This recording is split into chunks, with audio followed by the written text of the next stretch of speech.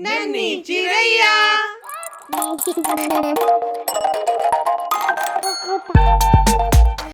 सालों पहले की बात है। सुंदरवन जंगल में बंदरों का एक झुंड रहता था। उसी झुंड में रंगीला भी रहता था। रंगीला स्वभाव से बहुत ही शैतान और घमंडी था।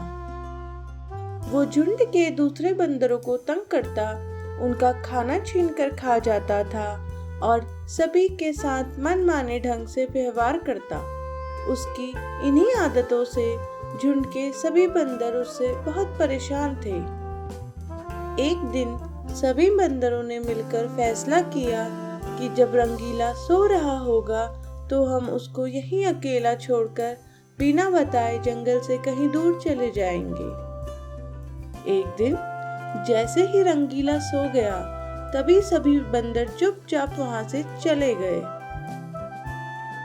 जब अगले दिन रंगीला की आंख खुली तो उसको अपने आसपास कोई भी नहीं दिखाई दिया। उसने जंगल में इधर उधर सबको ढूंढा, लेकिन उसको अपने झुंड का कोई भी सदस्य नहीं दिखाई पड़ा। कुछ ही देर में वो बहुत परेशान हो गया और उनके वापस आने का इंतजार करने लगा। रंगीला को इंतजार करते करते कई दिन बीत गए, पर कोई भी वापस नहीं आया। अब वो कई दिनों से अकेला था, जिस वजह से वो अब ना तो ठीक से खा पा रहा था और ना ही ठीक से सो पा रहा था, क्योंकि अब उसके पास एक भी दोस्त नहीं था जिसके साथ वो बात कर सके और रह सके। अब वो अकेलेपन से बहुत ज्यादा परेशान हो गया था और उसको अपनी गलतियों का भी एहसास हो गया था। अब उसके पास अपने जीवन में करने के लिए कुछ भी नहीं था, तो वो थक हार कर आखिरकार अपने प्राण त्यागने का निश्चय करता है। सुनसान अकेले रास्ते में वो चल ही रहा था कि तभी उसकी नजर एक पेड़ के नीचे सोते हुए शेर पे पड़ी। वो शेर के पास गया और शेर के कान खींचने लगा और शेर को थप्पड़ मारने लगा। तभी अचानक से शेर की नींद टूट गई और गुस्से में भरे शेर ने बंदर को पकड़ लिया और कहने लगा, लगता है बुद्धि फिर गई है तुम्हारी, जो तुमने जंगल के राजा पर हाथ उठाने की हिम्मत करी। अब तो मैं तुम्हें जिंदा नहीं छोड़ूंगा, तुम्हें कच्चा ही चबा जाऊंगा। तभी दबी हुई आवाज से बंदर कहता है, अरे मैं तो खुद ही चाहता हूँ कि आप मुझे मार डालो और मेरे जीवन की लीला समाप्त कर दो। पर अगर मेरी मर्जी नहीं होती तो आप मुझे पकड़ थोड़ी ना सकते थे, क्योंकि जंगल के राजा को तो पेड़ पे चढ़ना ही नहीं आता ना। बंदर के मुंह से ये बात सुनकर शेर को बड़ी हैरानी हुई और वो बंदर से कहने लगा, अरे तो ऐसा क्या हो गया जो तुम जीना नहीं चाहते? कहीं तुम प्यार में धोखा खाए हुए आशिक तो नहीं हो? अरे ऐसा नहीं है। दरअसल मेरे झुंड के सभी लोग मेरे बर्ताव से परेशान होकर मुझे अकेला छोड़कर चले गए। अब मैं बहुत परेशान हो गया हूँ अकेला रह रहकर, इसीलिए मैं अब जीना ही नहीं चाहता। अच्छा, ये बात है। अगर इतना ही प्यार करते थे अपने दोस्तों से, अपने झुंड से, तो पहले तुम्हें उनके साथ अच्छा बर्ताव करना था। चलो, देर आए पर दुरुस्त आए। कम से कम तुम्हें अपनी गलती का एहसास तो हो गया।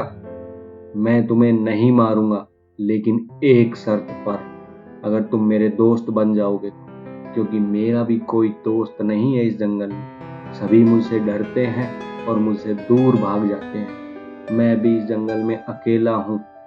मैं जानता हूँ बिना दोस्त के जीवन कितना सूना होता है। शेर से दोस्ती की बात सुनकर रंगीला बहुत खुश हुआ। अब शेर और रंगीला पक्के दोस्त बन गए। अच्छे दोस्त की अहमियत अब दोनों को पता थी। दोनों का जीवन फिर से खुशहाली से भर गया। अगर आपको हमारी ये कहानी अच्छी लगी तो जल्दी से इस वीडियो को लाइक कर दो और हाँ, चैनल को सब्सक्राइब करना तो आप बिल्कुल भी मत भूलना। तभी तो रोज आप हमारी अच्छी अच्छी कहानियाँ सुन पाएंगे। नन्ही चिड़ैया। आज की कहानी राखी चोर डाकिया। भैया कैसे हो? मैंने आपको ये पूछने के लिए कॉल किया कि आपको राखी मिली या नहीं। मैंने करीब 10 दिन पहले स्पीड पोस्ट से भिजवा दी थी। हाँ बहन, मैं बिल्कुल ठीक हूँ, लेकिन मुझे तुम्हारी राखी नहीं मिली है। मैं तो खुद ही इंतजार कर रहा था तुम्हारी राखी का, क्योंकि कल तो रक्षाबंधन ही है। मुझे लगा था तुम इस बार भूल गई हो मुझे राखी भेजना। अरे भैया, आप कैसी बात कर रहे हो? मैं राखी भेजना कैसे भूल सकती हूँ? आप जरा पता करो अपने एरिया के पोस्टमैन से। अच्छा, अगर ऐसा है तो मैं पता करता हूँ। पापा, इस बार बुआ जी ने राखी नहीं भेजी क्या? हर बार तो राखी और मिठाई कई दिन पहले ही आ जाती थी। कह तो तुम सही रहे हो बेटा, कल तो रक्षाबंधन ही है। राखी तो आ जानी थी अभी तक। पता नहीं अब की बार राखी कहाँ रह गई। जरा मैं हमारे पड़ोसी मोहनलाल जी से पूछ कर आता हूँ। क्या पता डाकिया उनके घर देकर चला गया हो। ऐसा कहकर रामलाल अपने पड़ोसी मोहनलाल के घर गया और कहने लगा, अरे मोहन भाई, डाकिया कोई डाक देकर गया है क्या हमारी? दरअसल अब की बार हमारी राखी ही नहीं आई। अरे, आपकी राखी भी नहीं आई क्या? मुझे लगा सिर्फ हमारी ही राखी नहीं आई है। फिर तो जरूर कोई गड़बड़ है। चलो चलकर पूछते हैं सरपंच जी से। कहीं डाकिया सरपंच जी को तो सभी डाक देकर नहीं चला गया। फिर मोहनलाल और रामलाल पेड़ के नीचे बैठे बबलू सरपंच के पास जाते हैं और सारी बात बताते हैं। उनकी बातें सुनकर सरपंच कहता है, अरे क्या तुम लोग नहीं जानते?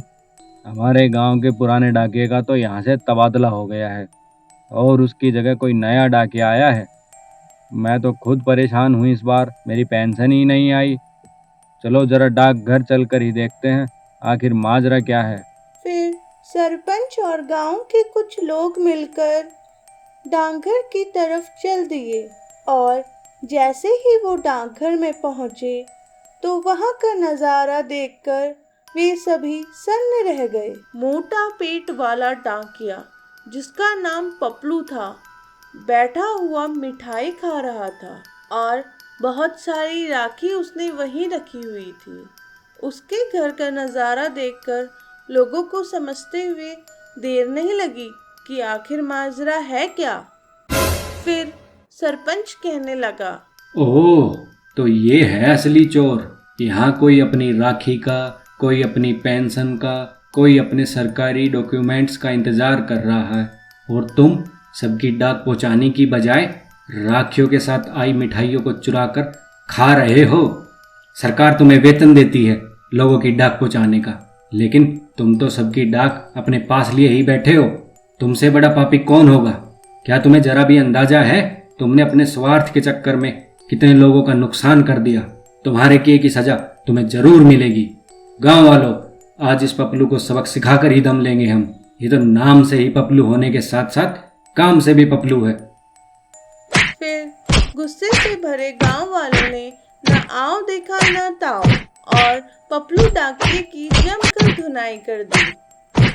इस तरह चोर डाके को अपने कर्मों की सजा मिली। अगर आपको हमारी ये कहानी अच्छी लगी तो जल्दी से इस वीडियो को लाइक कर दो और हाँ, चैनल को सब्सक्राइब करना तो आप बिल्कुल भी मत भूलना। तभी तो रोज आप हमारी अच्छी अच्छी कहानियाँ सुन पाएंगे। हमेशा की तरह आज का सवाल, डाकघर को इंग्लिश में क्या कहते हैं?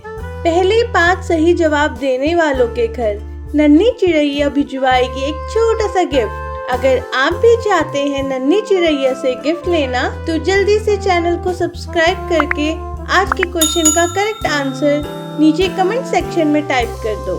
जुड़े रहिए, सीखते रहिए और जीतते रहिए।